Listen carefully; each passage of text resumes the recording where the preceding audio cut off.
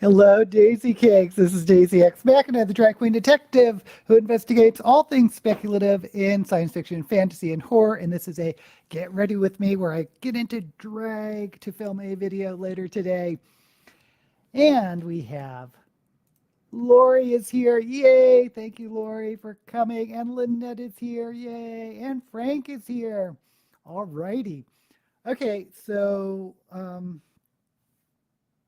how's everyone's reading going this week? I finished the book I got for Shove It or Shove It, which is Glass Houses. I'm trying to look up.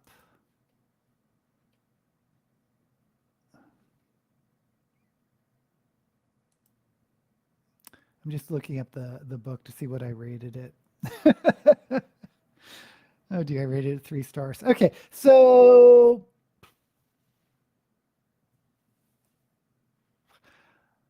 this is a thriller, a science fiction. This is such a weird book. It's a science fiction. It's 2 books. It's a science fiction thriller, and it's a science fiction novel about a company starting something called emotional currency, which is like cryptocurrency based on emotions. Anyway, the reason why I'm saying it's 2 novels, it is distinctly written in 2 different ways, one of which is written as a thriller, which is in present tense. So it has that immediate feel, and the chapters are really short. So it has that fast pacing.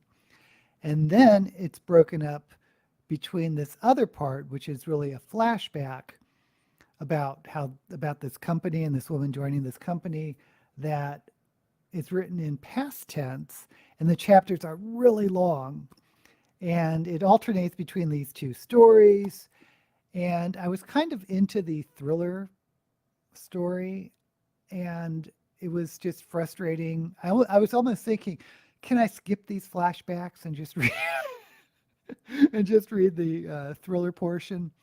I don't know. It didn't really work for me. That's all I'm going to say. I appreciate the author doing something different, but if she's going to write a thriller, these huge, long flashback chapters, and there's a lot of them, really breaks the pacing. And for me as a reader, I felt frustrated. I just wanted to get back to this fast-paced adventure about a plane that crashes on this mysterious island with this big cube of a black house that they can't get into. It reminded me of Lost, and the ending was somewhat predictable.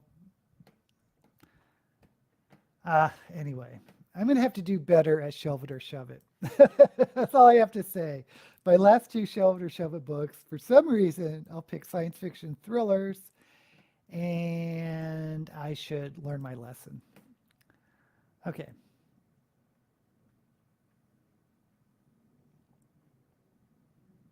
Rico is here. Hey, Rico. Thank you for joining me. And Mooney's here. Yay. Okie dokie. Mooney has just finished 3 books this week, but they were shorts. Nothing wrong with that. I like short reads. Reading a Spanish novel called School for the Newly Rich. Alrighty. Reading By Night in Chile. You guys sound like you read such literary hoity-toity books. I'm halfway through the new Bobaverse book. Yeah, I've read the first 3, loved them. Taking a break.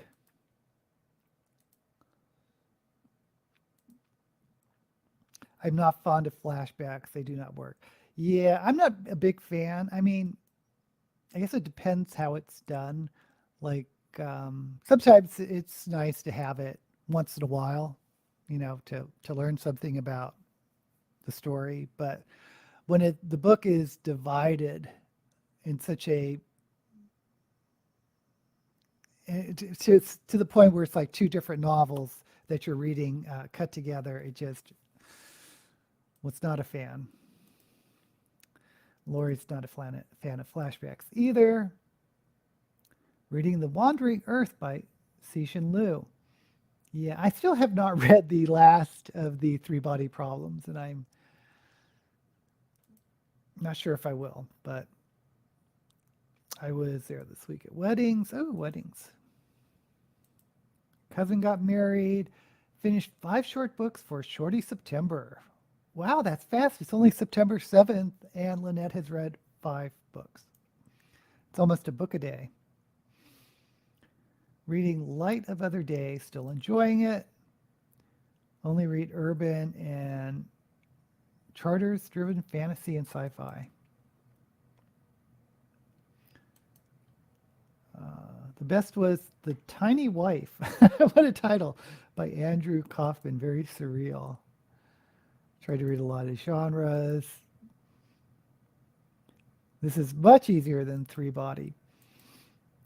Yeah, I appreciated Three Body. Well, I've talked about this before. I appreciate Three Body. I just found the whole concept of the underlying story a little depressing, which is what's it called, the dark forest philosophy of everyone that there's only a limited number of resources in the universe, so advanced life is only the strongest will survive, and it's going to be a dog-eat-dog universe until there's just one race left. I just wasn't a fan of that. I'm kind of hoping that the third book is going to reverse that. But I don't know. Maybe I'll read it one day. A robber enters a bank and steals the most sentimental thing each person has on them. And as he leaves, he tells them he has stolen 51% of their souls. Ooh. And that's The Tiny Wife. I would never have gotten that from the title, that's for sure. Okay, so let me start. I was going to film 2 videos last week, and I was having audio problems. I didn't like the makeup. So today, I want to film 2 videos, one of which is Shove It or Shove It, and then the next installment in my sci-fi trilogy. And one of these eyebrows is a lot taller than the other. You probably can't see it. I can see it.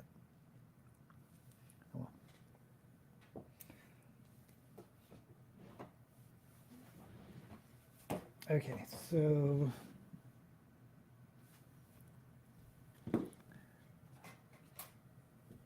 I just need to go back to doing makeup like I normally do it rather than experiment like I did last week and look ridiculous.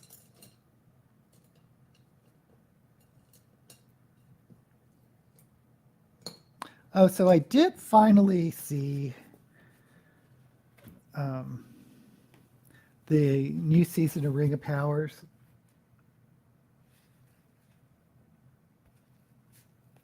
Which is the Lord of the Rings prequel.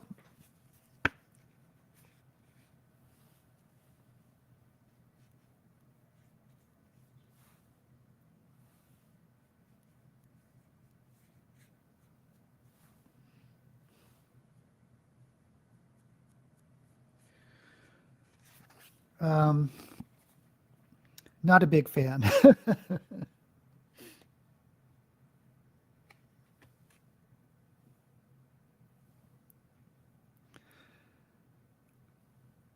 I almost have to watch it, sort of divorcing myself from from Lord of the Rings. And I think I've said this before. I would have liked it more if they would have just made up their own fantasy story rather than claiming it's based on Lord of the Rings, because it really doesn't feel like it's. I didn't do this right. It really doesn't feel like it's based on Lord of the Rings.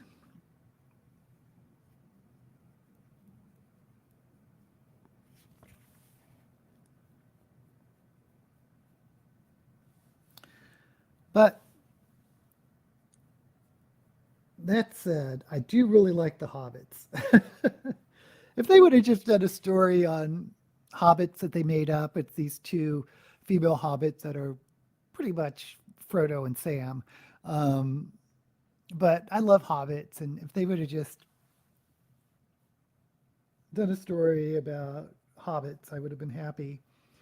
But I really think they missed the mark on elves, which is like most of the story. I also don't like there were so many storylines going on, which I get. They're talking about the making of the Rings of Power, and they want to include the hobbits and the wizards and the dwarves and the elves and the humans. And there's different types of humans. There's wild men. There's Numenorians. I mean, there's a lot going on, but I think there's too much going on because it makes it hard to follow the story. And suddenly there's an episode where like, oh yeah, I forgot about Numenor. Um, but the one thing I am really confused about are the, I need to pick a color, are the wizards. Because, you know, everyone knows, well, most Lord of the Rings fans know that there were 5 Istari who are kind of like these angelic beings who are the wizards, who are Gandalf, Saruman, Radagast, and the 2 blue wizards. And that would have been kind of interesting to see their story, and I think they're kind of telling it, but I don't recognize anything about what's going on. I'm assuming the stranger that's following the 2 hobbits is Gandalf. I would be shocked if it's not Gandalf. But then they introduced this evil wizard who looks like my husband Dennis, who doesn't know that much about Lord of the Rings, but he's seen the trilogy. It was like, oh, Saruman. And I'm like, is that Saruman? They're not doing that. They're not making an evil wizard Saruman so early in the history of Middle Earth. That can't be happening. But I did like Tom Bombadil. They did introduce Tom Bombadil, which they skipped in the movie. So, but it's meh.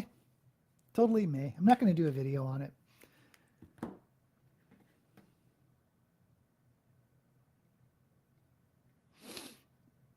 Oh, here's more about the little wife or the tiny wife. Strange things start to happen. One woman starts to shrink. Another woman who has a lion tattoo. The lion comes to life and chases her for days. Oh, that's very speculative. I don't know why I'm thinking of Bradbury. I'm not really thinking of the Illustrated Man. Well, Daisy, some people think there are unlimited resources on Earth. Yeah, that's true. I guess it could be a allegory about Earth's resources, but I don't know. Oh, also read The Old Man and the Sea. Good book. Partially spoiled for me because I knew how it ended, and I still remember watching the movie decades ago on VCR. Yeah, I'm the opposite. I've read the book, but I haven't seen the movie. I think it'd be a boring movie. I mean, knowing the story, The Old Man and Old Man and the Sea. My favorite Hemingway is The Sun Also Rises. I haven't read that one, Lori. This is the first Hemingway story I've read. His short stories are much better than the novels. Well, I don't know if The Old Man and the Sea, someone could fact check me on this. I don't know if that's actually a novel or a novella. I know Hemingway loved cats. Hey, cool gamer. I haven't seen you in a while. Thank you for coming. Yay. Okay, as I was saying, I need to pick a color. Last week I don't know what I did last week. This week,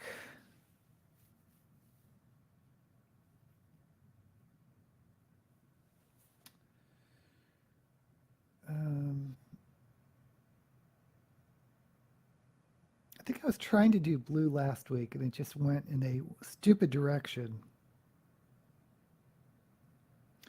Okay, I'm going to try to do a purple, orange, pink. Let's do 3 colors. Yeah, why not?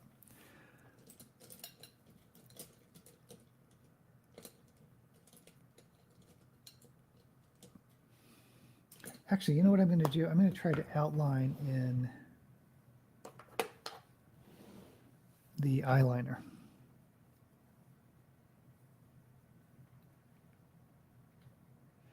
Oh, here we go.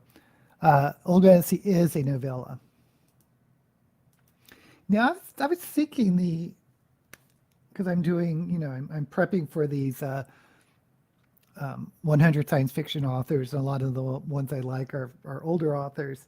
And it's true that things written earlier seems to be much shorter than what you find nowadays.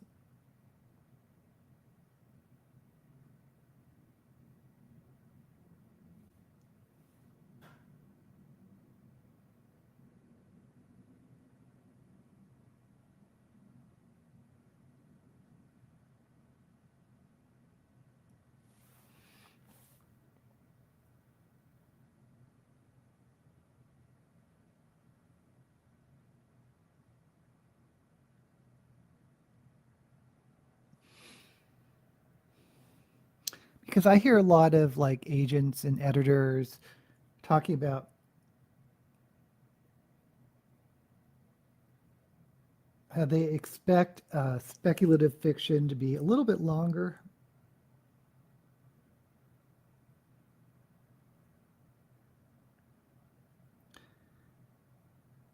Because of the world building, it takes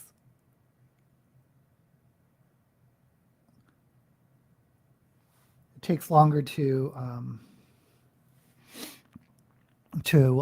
develop a new world or future or fantasy realm.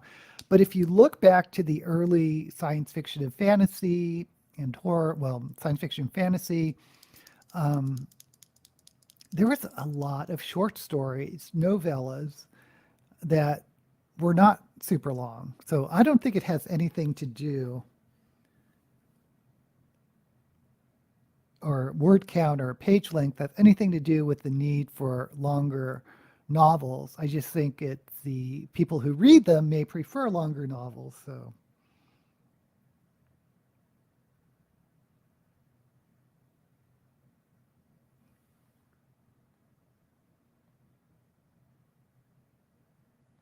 I think that's really true in fantasy.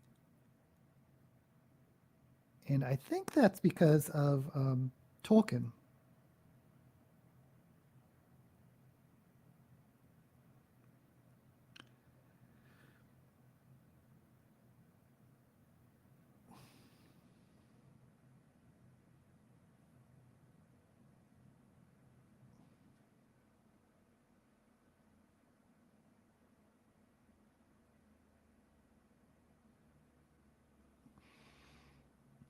I should have done this first.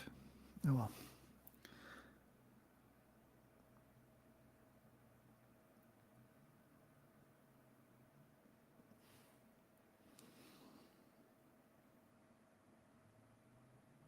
Because I know it's true for me that I kind of looked for really long fantasy novels.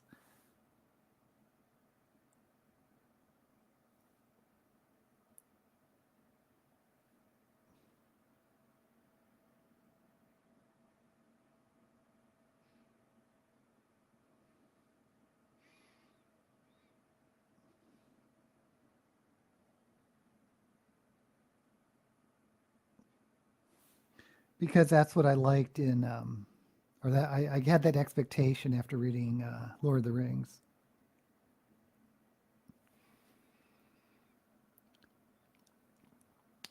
But I certainly don't think you need to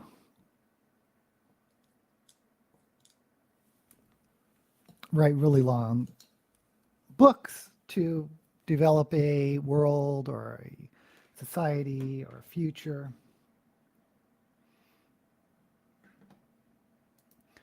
I asked Alan Bradley on Facebook if the new Flavia book is going to be available for Australia as an Audible book, but he hasn't answered me yet.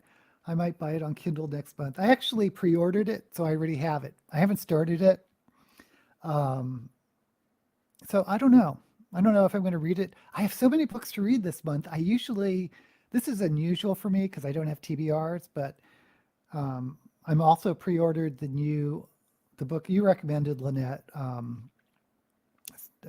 Impossible Creatures, and that's going to arrive. And I really want to read Whispering Woods, which is a middle grade. But I'm reading Ghost Squad now. Don't recommend it for adults, which is a middle grade. Yeah, I pre-ordered Impossible Creatures. It hasn't come yet, but I will be reading it this month, maybe. On the whole, I don't enjoy long fantasy novels. But if you look at them, what started it off, with the exception of Patricia McKillop, which, by the way, The Forgotten Beasts of Eld, highly recommend, and her books are pretty good.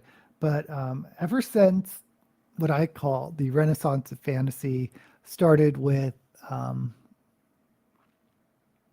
Terry Brooks' Sword of Shannara, that is like one of the thickest books ever. And then after that, there were like a lot of Lord Fellsbane, what else? Raymond Feist's book. I mean, there were a lot of fantasy books that came out after that that were just big and thick. Again, I think just because the audience loved big and thick books, but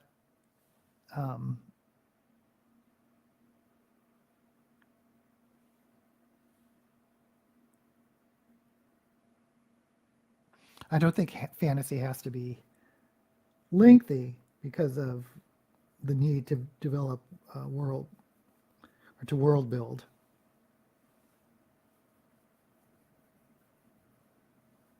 I don't know if that makes sense or not. I'm just sort of one of my pet peeves when I see editors and agents saying, well, we allow extra word count because for fantasy and science fiction because of the world building. And I'm like, do you really? Is that really the reason?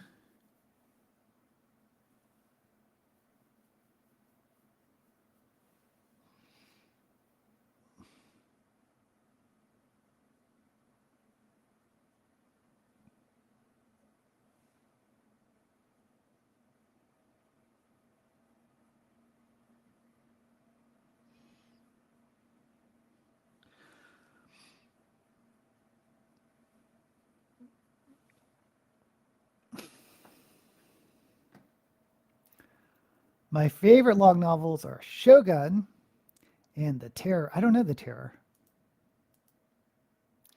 That is historical and historical horror. Oh, maybe I should look up The Terror. What's the time period? Yeah, we don't see those really long family sagas anymore, which was,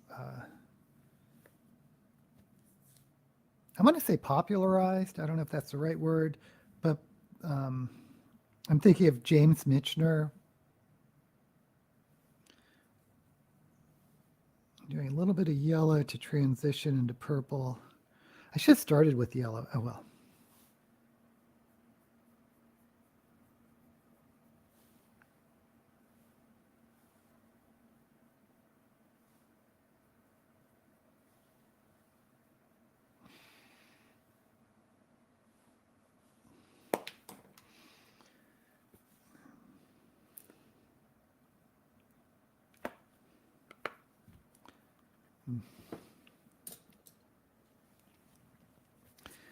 But Michener was known for his really, really hefty novels that were usually historical. Although I think my favorite of his was Hawaii, but that had a speculative element, which is probably why I liked it. With the volcano gods or whatever.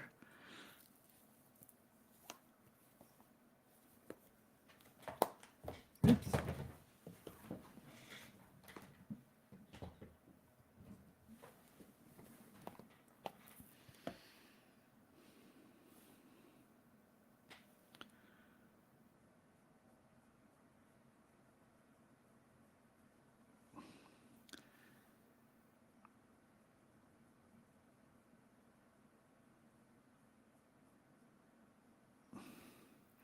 So trying to go to purple to yellow to orange.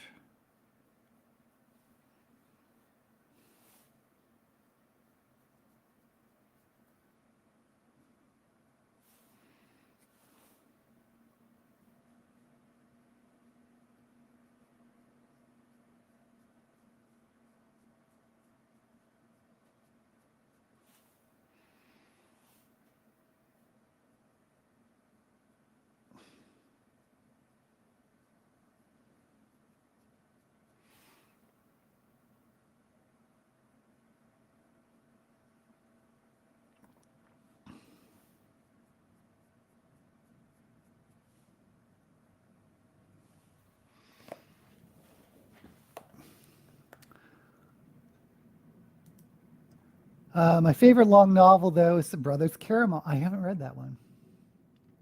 That's a classic, though, Frank. I know the title. I think Hawaii was a TV. No, I think it was a movie. I think it was a theatrical release with Julie Andrews. And I remember the captain was played by Carol O'Connor. I can't. Corner? No. Connor, Carol O'Connor, the Archie Bunker. It's by Dan Simmons. Oh, really? It is about Franklin expedition that was icebound for years in the Arctic. Not long after the book was released, the wreckage of the two ships were located. Huh.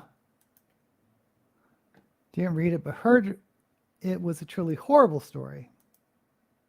The Terror was the name of one of two ships, happened in the mid-19th century. Oh, that is interesting.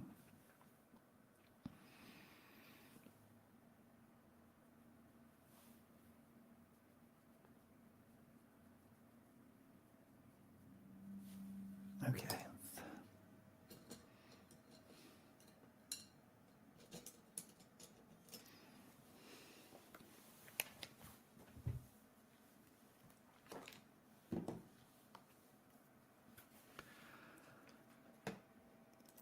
I did an international trip to college. We read Michener's Iberia and followed his tracks throughout Spain. The crew behaved very strangely, according to a local Inuit, Frank. Most likely they had lead poisoning due to their canned foods. Interesting.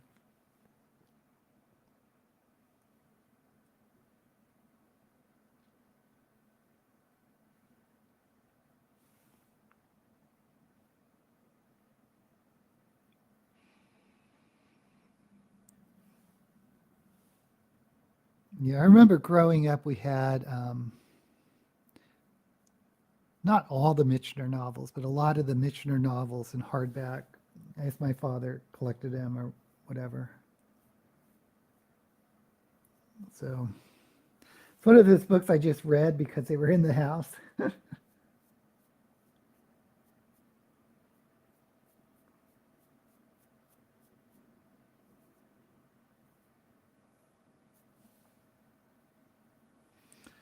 Okay.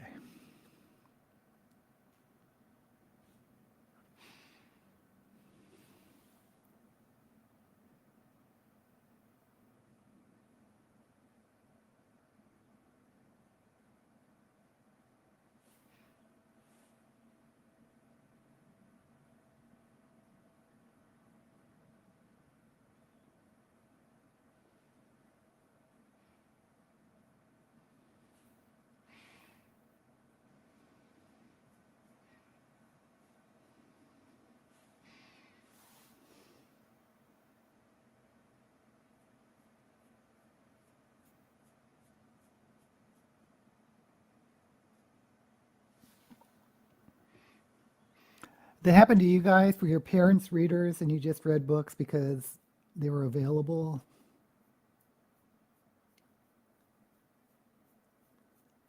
I mean, since a very young age, I was just sort of obsessed with speculative science fiction, fantasy, and horror.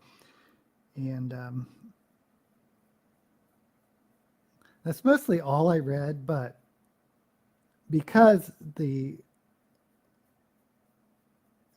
books were available, I read a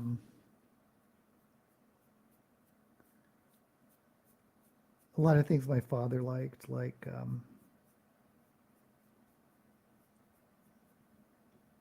Nero Wolfe. You've heard me talk about Nero Wolfe. And oh God, this one has not, I'm sure, hasn't aged well, but he collected all the Travis McGee books,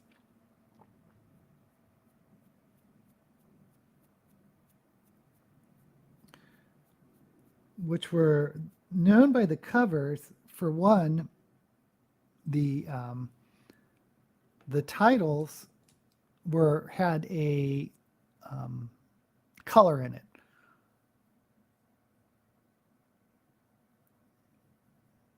All the Travis McGee novels had colors in the title, like tan for Sandy Silence, and the girl in the beige paper bag, something like that.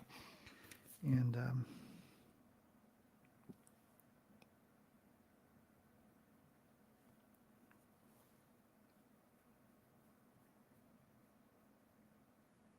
And the covers always showed some scantily clad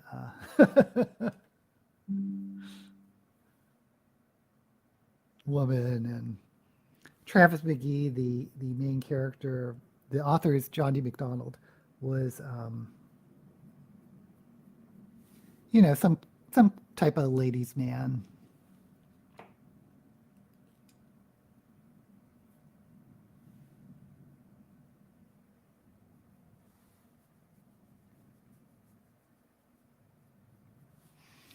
Okay.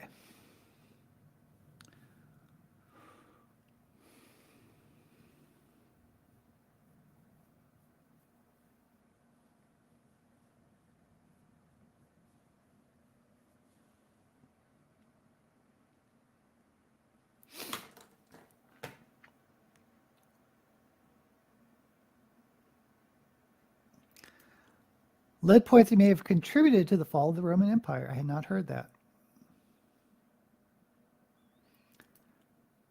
They also suffered from scurvy, which is a terrible disease. Yeah, you always hear about, that's why they have like lemons and citrus on ships. U.S. crime wave in the 60s and 70s. The Terror miniseries was excellent. Oh, I can't believe I didn't see that. I need to look that up. Mom was a big reader. My parents weren't big readers when I was young, but read more after the kids were grown. Interesting. I was interested in reading then as an escape. All of my kids are readers. Yeah. I read all of your mom's Jean Plady, Agatha Christie, and Arthur Upfield books because they were available. Oh, Frank loved Travis McGee. Kurt Vonnegut was a huge admirer of John MacDonald, believe it or not. No, I didn't know that. He also wrote a little bit of science fiction. He wrote The Girl with the Gold Watch and Everything. The Arthur Upfield books were about Aboriginal detective named Napoleon Bonaparte Boney. I reread them a while back and found it rather racist. Oh, I hate it when that happens. Currently listening to The Emperor of Rome by Mary Beard. Okay, so let's see.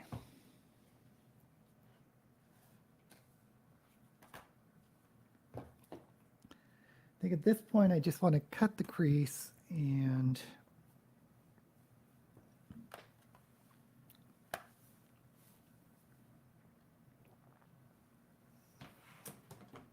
let's go for purple. We're just going to go for purple.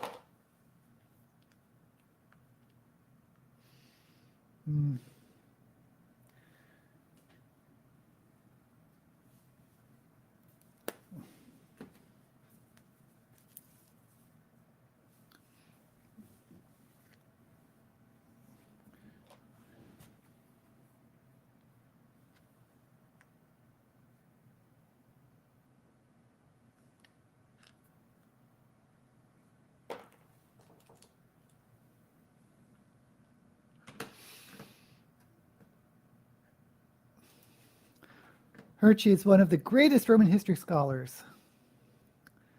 That's the Emperor of Rome. Never liked her on TV shows, but the book and her narration are excellent.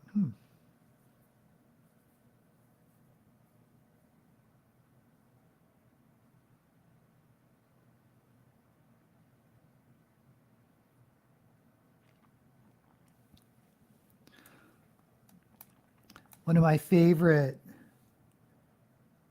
HBO miniseries is Rome.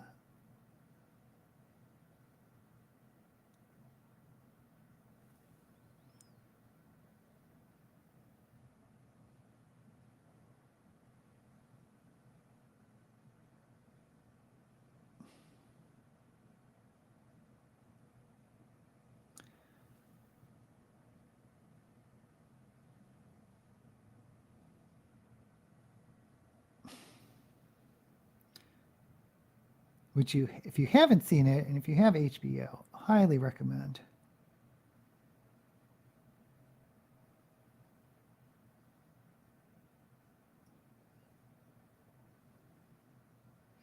But that was Caesar and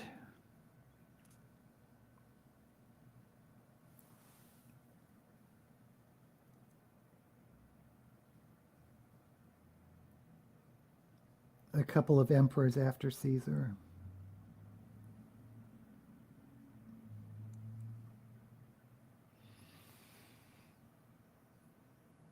Actually, I don't know because I would need to look it up, but it may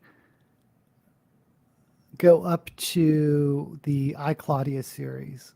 Like if you see both of the series back to back, it may cover like from Caesar to Claudius.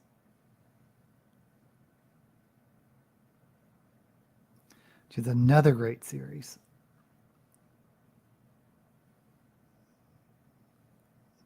If you haven't seen I Claudius by the BBC, that's really what made, who's that actor? Derek Jacobi? That's really what made him famous.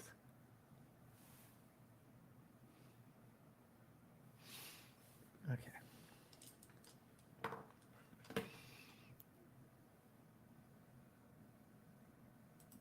Rome was a classic. So was Carnival. Oh my gosh, Rico. That is another one of my favorite series. But I was so mad that they canceled that series. I think it went on for like 2 seasons. If they could have just done one more season just to finish the darn story, but we'll never know. But I guess the first season was better than the second. But oh my gosh, I was so, you wouldn't believe how mad I was when they canceled the series. Deadwood, I never got into Deadwood, but yeah, Golden Age of TV, Caesar and Mark Anthony. Used to get HBO, but only for Bill Maher. Yeah, he's pretty interesting. Basically ends where I Claudius begins. So yeah, if you want to do a Roman history course, do HBO's Rome and then BBC's I Claudius. I might have a Roman history category in my challenge one year. Not next year, however, as I have already worked out my challenge for 2025.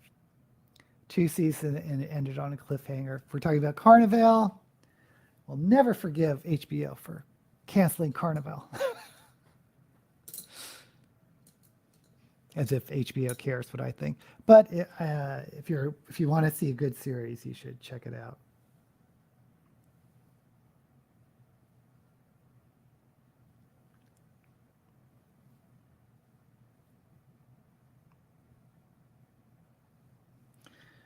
I'm just setting this primer a little bit, and I'm going to try to ombre it.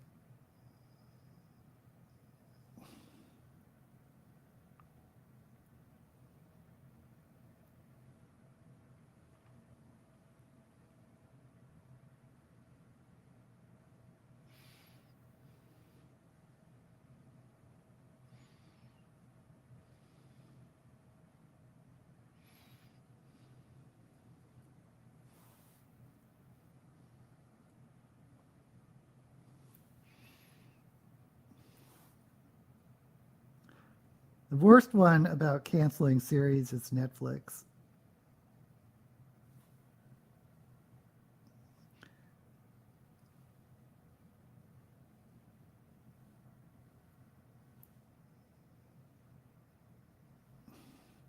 It's almost like why bother even watching or getting into a Netflix series because you know the odds are it's going to get canceled.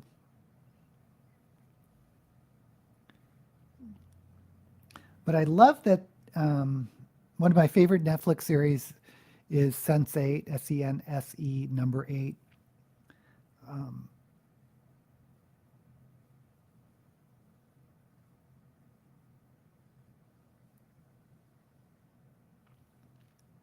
But I really appreciate that they allowed the Wachowskis, the guys that are the siblings, because they were brothers when they did The Matrix, creators of The Matrix, and are now trans.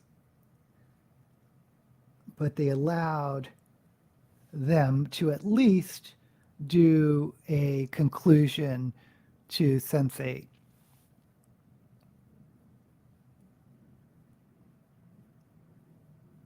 rather than just letting the series die with the cliffhanger. The fans, I guess, were boisterous enough that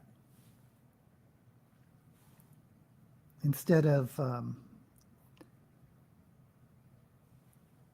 a new season, a full season, they just allowed at least I don't know, 2 hour, I forget what it was, but a short little conclusion to finish up the story. Which they should have done for Carnival. Anyway.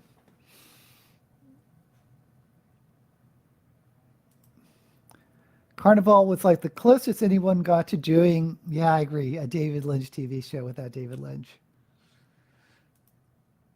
I enjoyed Carnival. I don't understand why they cancel so many shows. It can't be good for business. Right? Because it just kind of trains us not to trust them.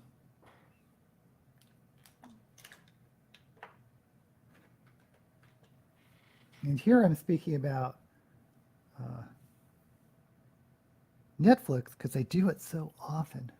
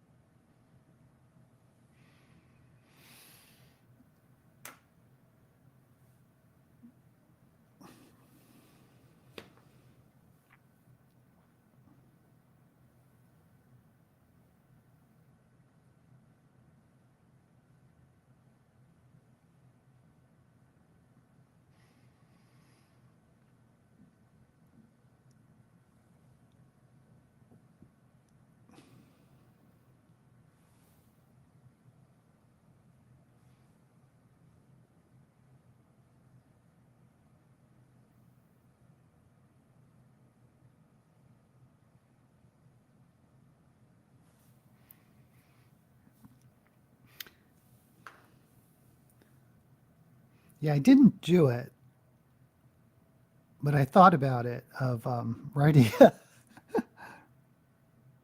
writing a strongly worded letter to HBO about canceling Carnival, but other people did.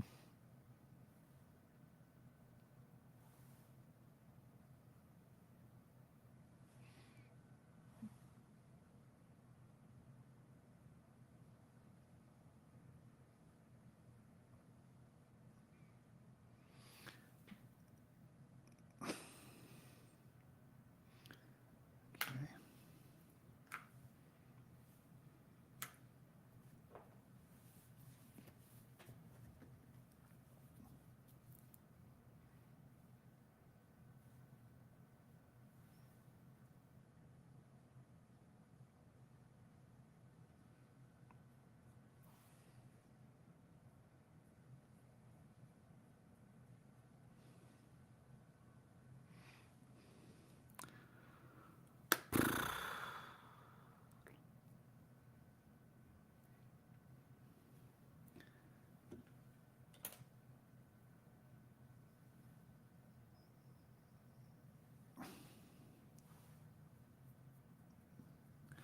Well, this is what we're going to go with.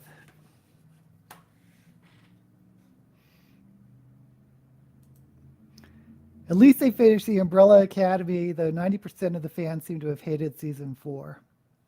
I wonder why. I didn't mind it. I haven't really looked up why.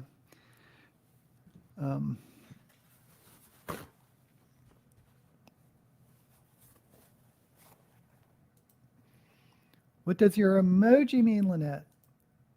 My emoji is a Funko Pop of Lady Olenna Tyrell of Game of Thrones. I aspire to be more like her, except for the murdering part. Oh, she was so great. Diana Rigg. Don't waste your time writing letters to TV stations. They just, yeah, I'm sure they do. Though she did murder Joffrey, so I guess she isn't too bad. Oh, Frank, you're missing some. You're missing Game of Thrones. Is well, the last season we can not discuss, but it's really one of the best TV shows I think I've ever seen. Mm. Okay, we're gonna just jump into the black and hope this turns out.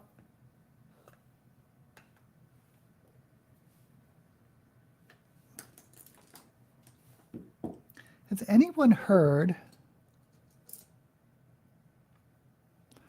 about when the next Game of Thrones book is coming? I mean, has it been like 20 years since the last book and Martin still hasn't finished it?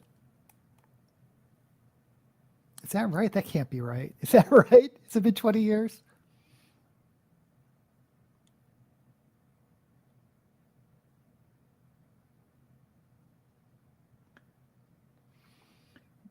Because I always hear rumors that it's going to be out. I heard rumors that it was going to be out this year.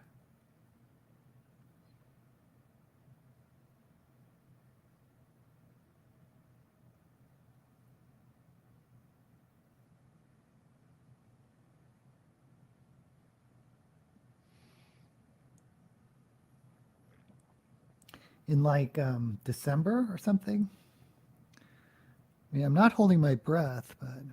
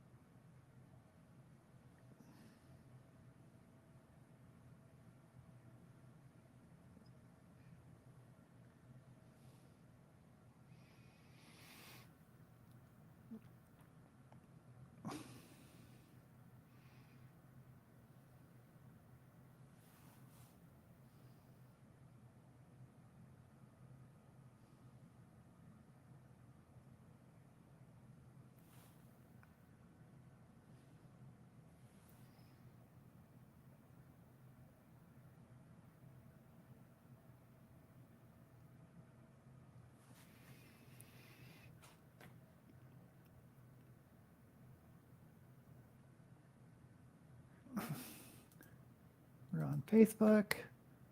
It's Lynette Holmes. He will never finish. I hope not, Lori. Don't say that. He's written multiple Songs of Fire and Ice universe books since his last novel. Like all the House of the Dragon series. Yeah, I like House of the Dragon too. I did not like how it ended though this season. I mean, it ended. I felt the second season should have ended with more of a bang, but I'm excited for the third season. Facebook page, but never used it.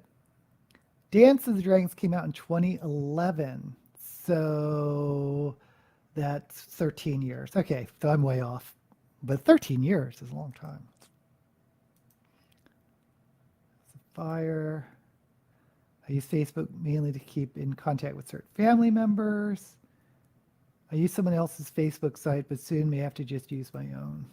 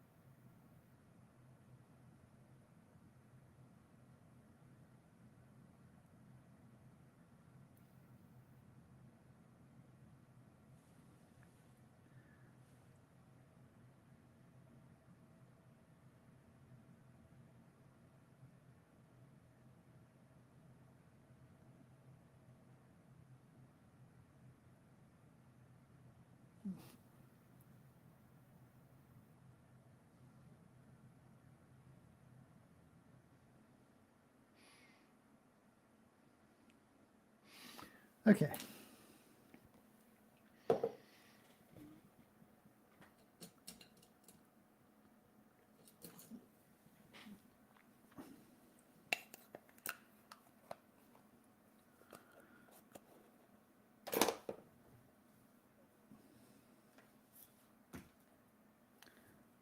Well, where's my black go?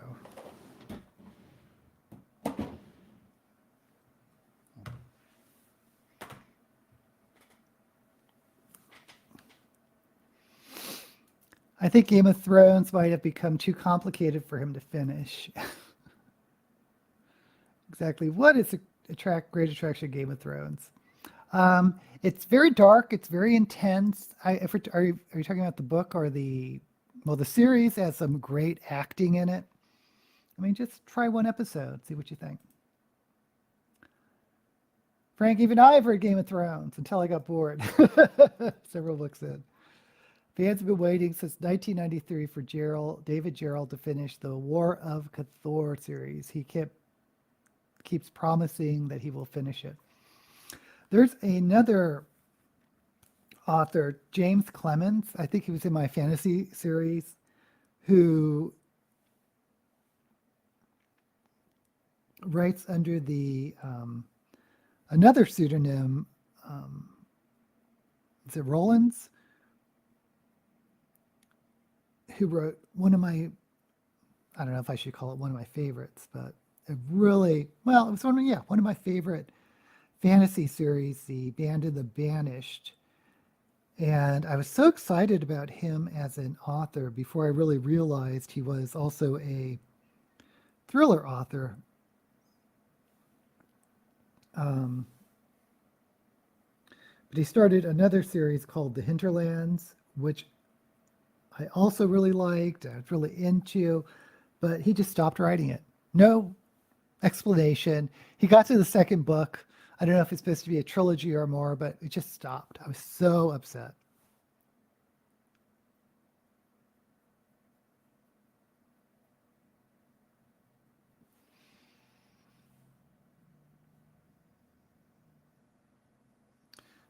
But I just sort of assumed that he gets more money from his thriller books and his fantasy books just weren't doing as well.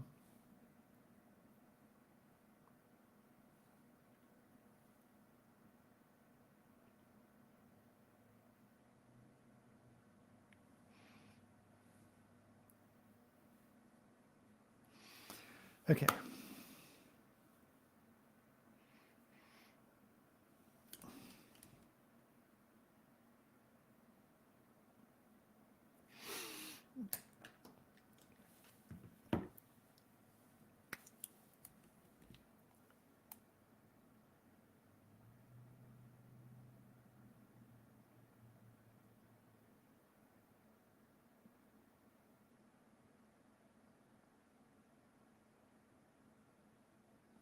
But we never know the real reason, it could definitely be something with the publisher, some argument or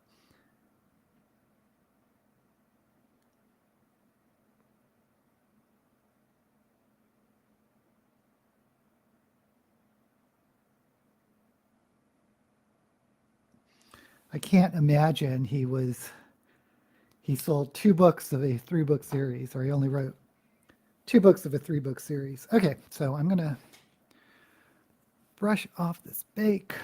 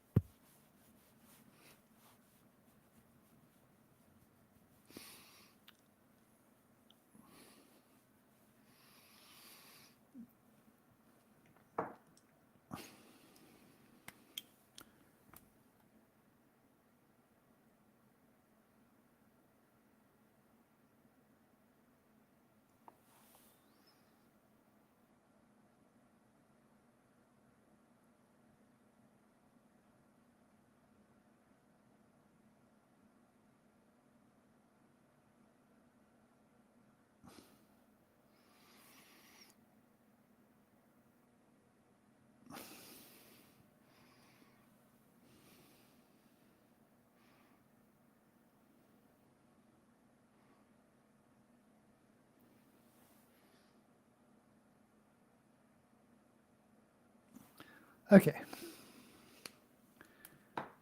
Guess we're just going to follow the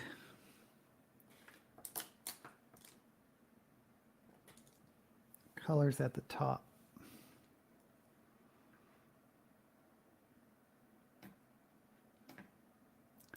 First time I heard of those books was 25 years ago when a clerk in a media play recommended them, but I didn't bite. Talking about the Game of Thrones. I love the first 3 Game of Thrones books, especially the 3rd, the 4th, and 5th books, far less so. Same for Lori. Might have gotten into Game of Thrones, but for the gosh darn dragons. Tired of dragons? If you don't like dragons, read The Knight of the Seven Kingdoms novella. Same universe, but the dragons were extinct. What am I doing?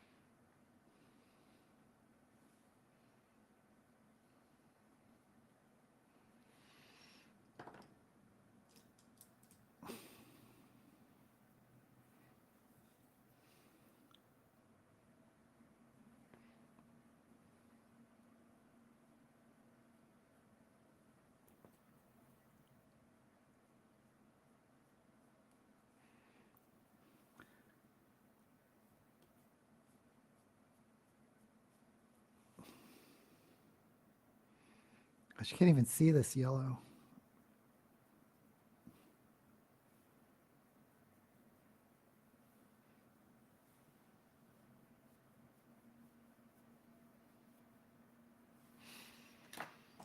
And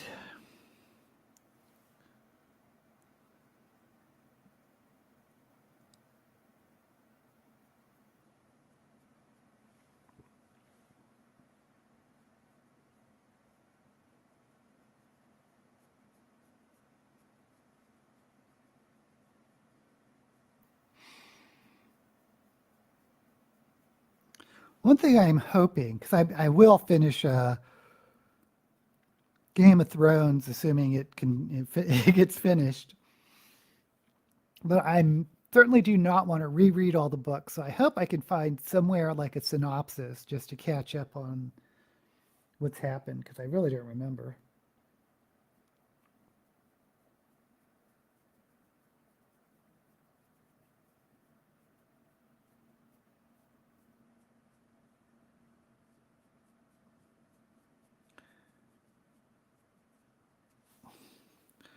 I remember the HBO series more than I do the books. Except for, I do remember a lot about Catelyn Stark after the Red Wedding.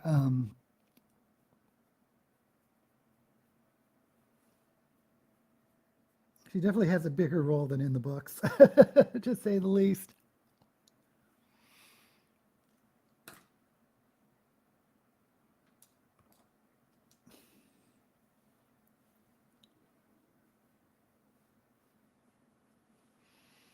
Okay, I'm going to have to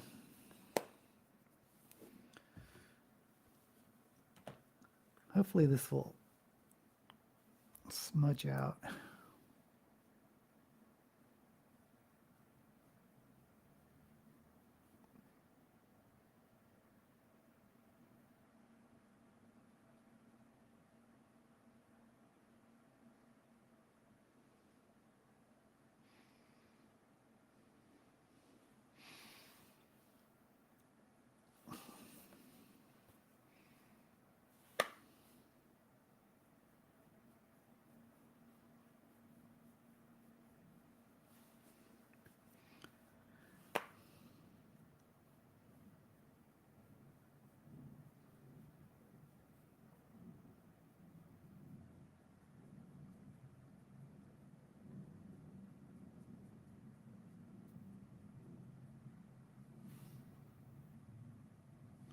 Okay.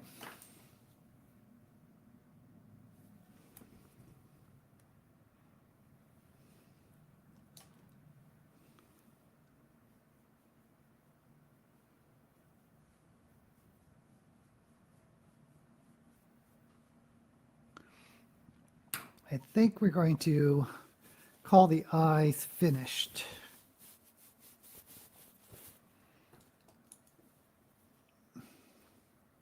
Maybe.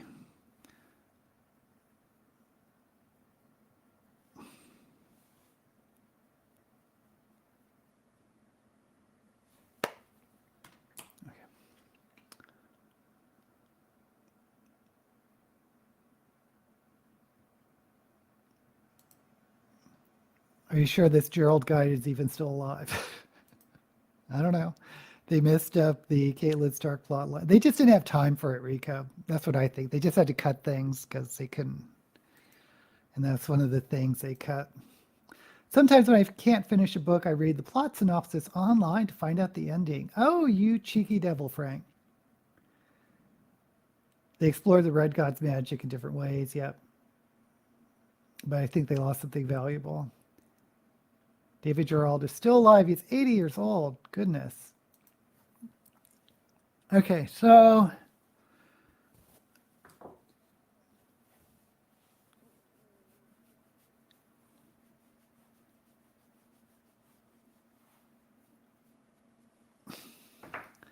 let's do some lips.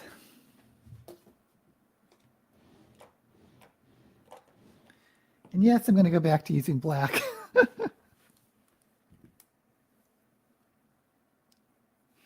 Sometimes authors just, because I was also thinking, because I'm looking up these writers for these 100 author lists, but there was a fantasy author I really loved called John Marco, and he just sort of disappeared. I don't know.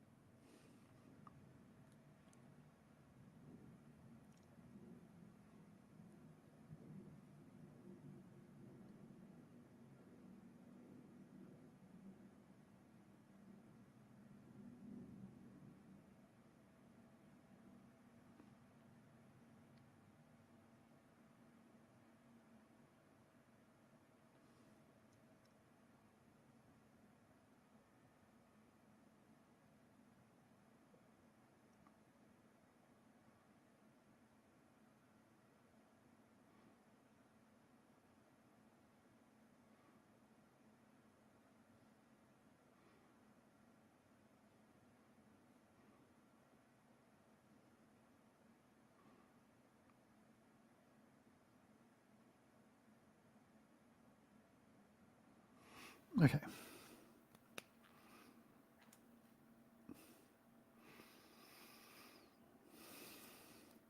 There's a lot of series I read as a kid teen that no one references anymore. And it's frustrating because I want to look them up, but I've never been able to. And you remember the name of these series. I had that happen a couple times to me. There is a thread on Goodreads called Find the Name of the Book, which is basically I'll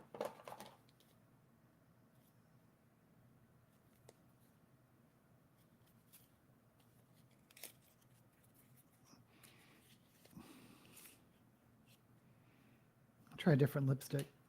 which is basically you describe the book and the characters, and then people will help you try figure out what the name of the book is.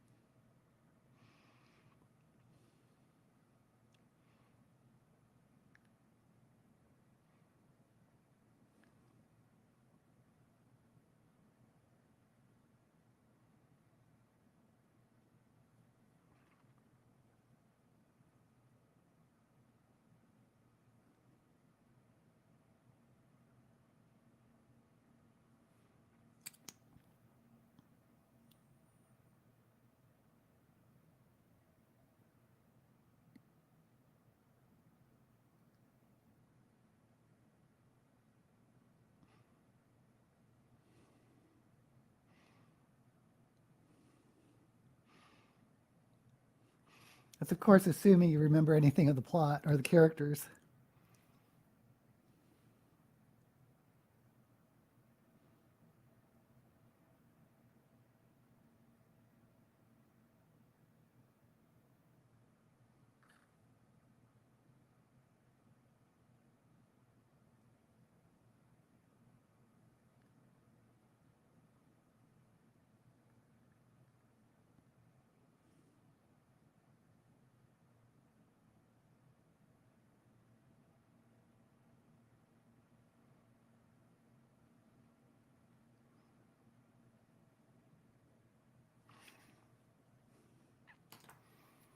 Not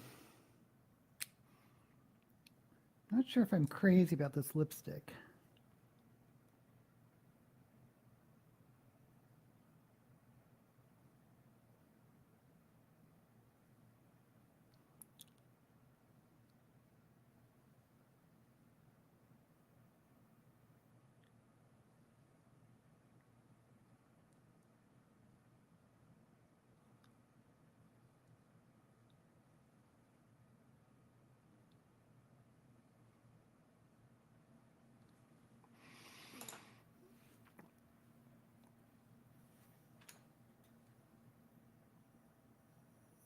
There's a few sites where you can give information about a book and people try to identify them. Library Thing has a name, this book thread. Reddit has, what's this book? Yeah, I remember Thing, this series about a female protagonist, and they were in an advanced sci-fi universe, and they had some sort of mind psychic powers, and the series had themes exploring God. As he started to describe it, I was thinking of The Crystal Singers by Anne McCaffrey, but I don't think it explored God. Plus a Goodreads thread and religion in the sci-fi series. Some of the characters were also Jewish. Huh, that sounds interesting. I bet someone could identify it.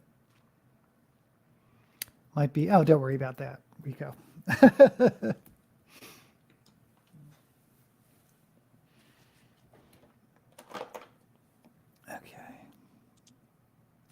I don't know about this lip color.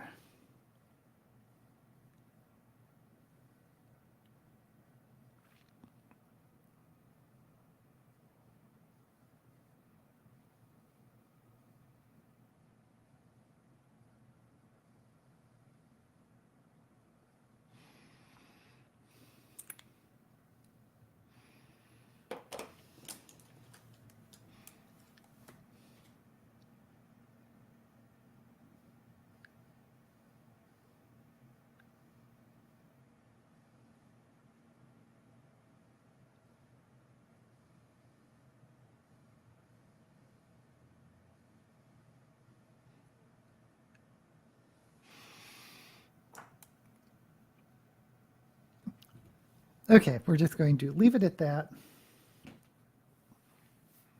I might change this lip color for videos, but actually it's not that bad.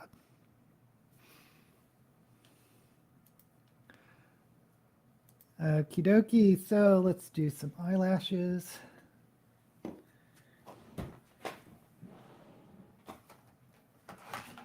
I'm going to put on a fresh pair. I have lots of them. They're usually good for, for several looks.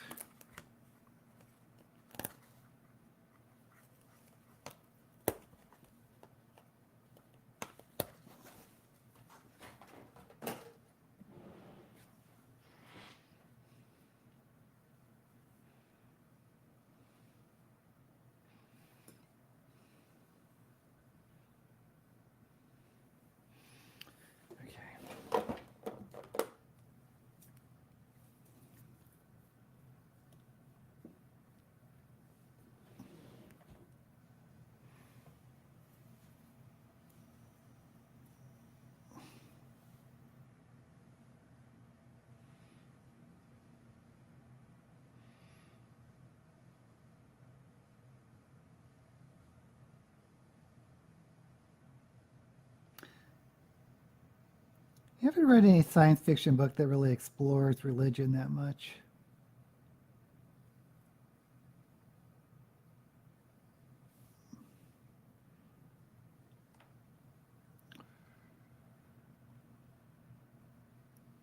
I mean, there's the classic Canticle for Leibowitz, but nothing recently. Not that they aren't out there, but it's just not ones I would normally pick up.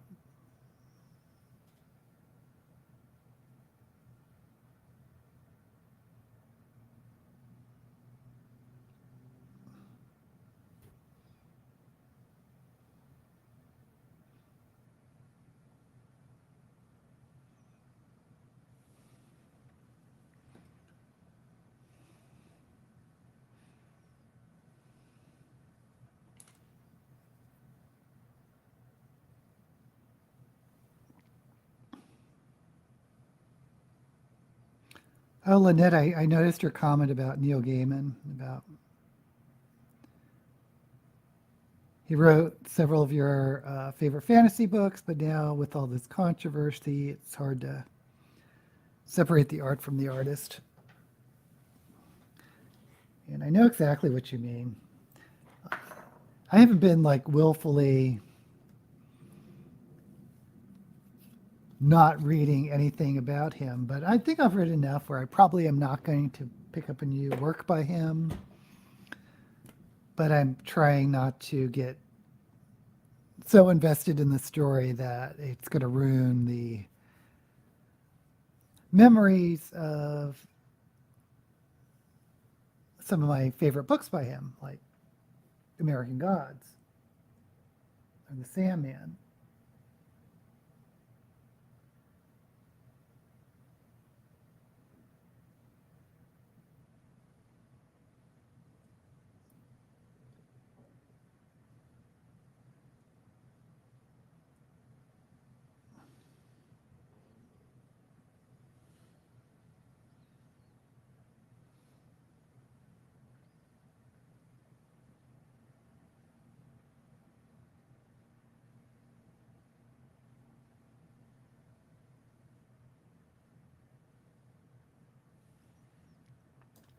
It's hard not to get mad at people for ruining your books.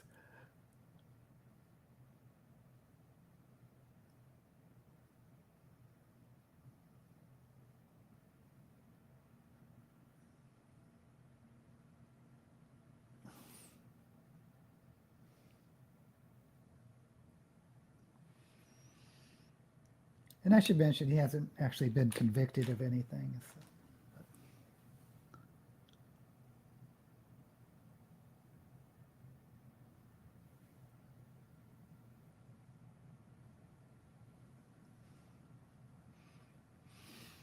Okay.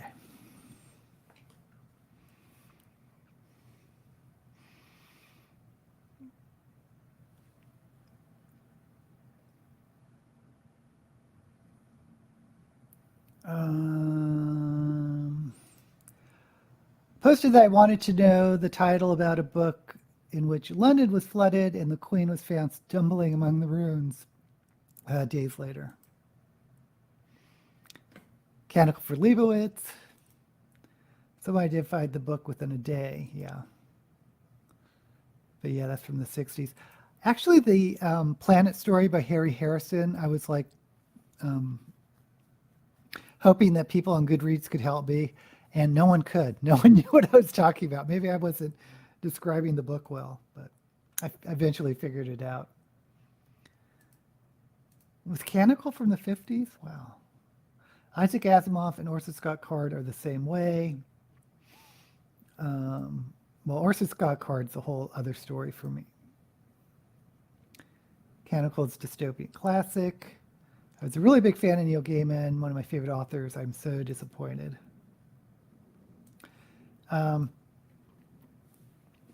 He's for its abuse to women, as far as I know. And again, these are allegations. But one of the things that is, I don't think, up in the air is that he definitely had relationships with his nanny. Was it the nanny? Something like that, where there was a big power dynamic imbalance, not to mention a big age imbalance. Okay, so this is I think this is my final look.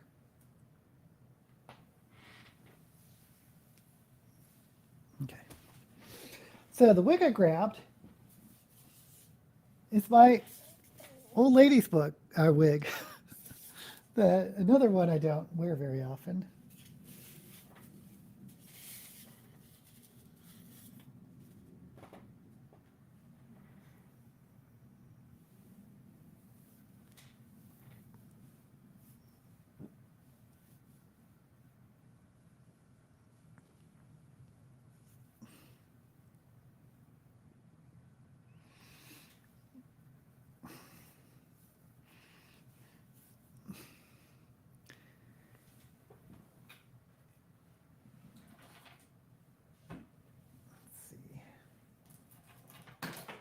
Oops.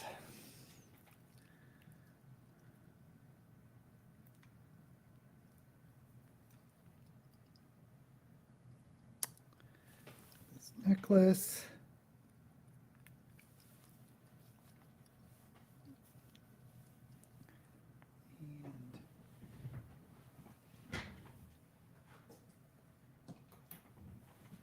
And of course, some daisy earrings.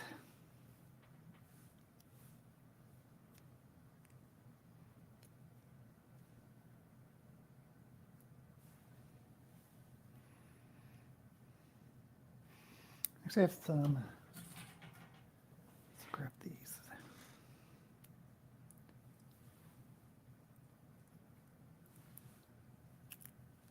I can't really see those. I don't know why. These remind me of fried eggs. They're daisies, but they remind me of fried eggs. Okay.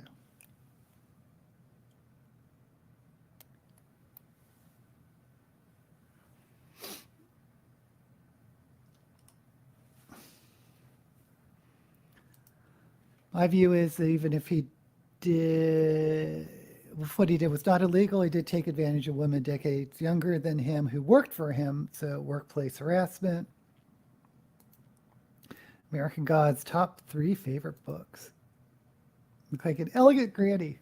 You know, I also have, maybe I'll wear these.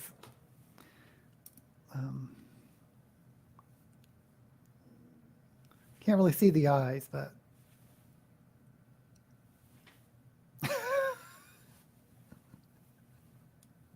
we'll see.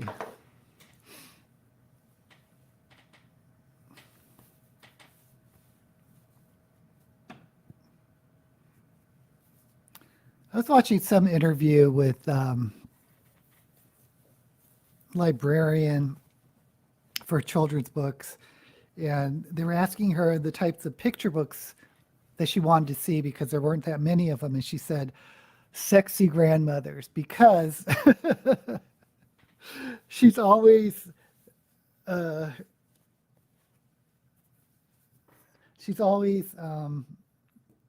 what am I doing? Mixing up these earrings. She's always finds grandmothers upset when they see older women depicted as like the gray haired in a bun, um, looking a million years old, whereas older women who are grandmother are actually can be quite attractive. So if you write picture books, sexy grandmas.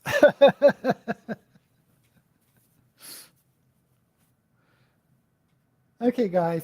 So this is the final look. I like it a lot more than what I did last week. And again, I'm going to be filming another episode of my top 100 sci-fi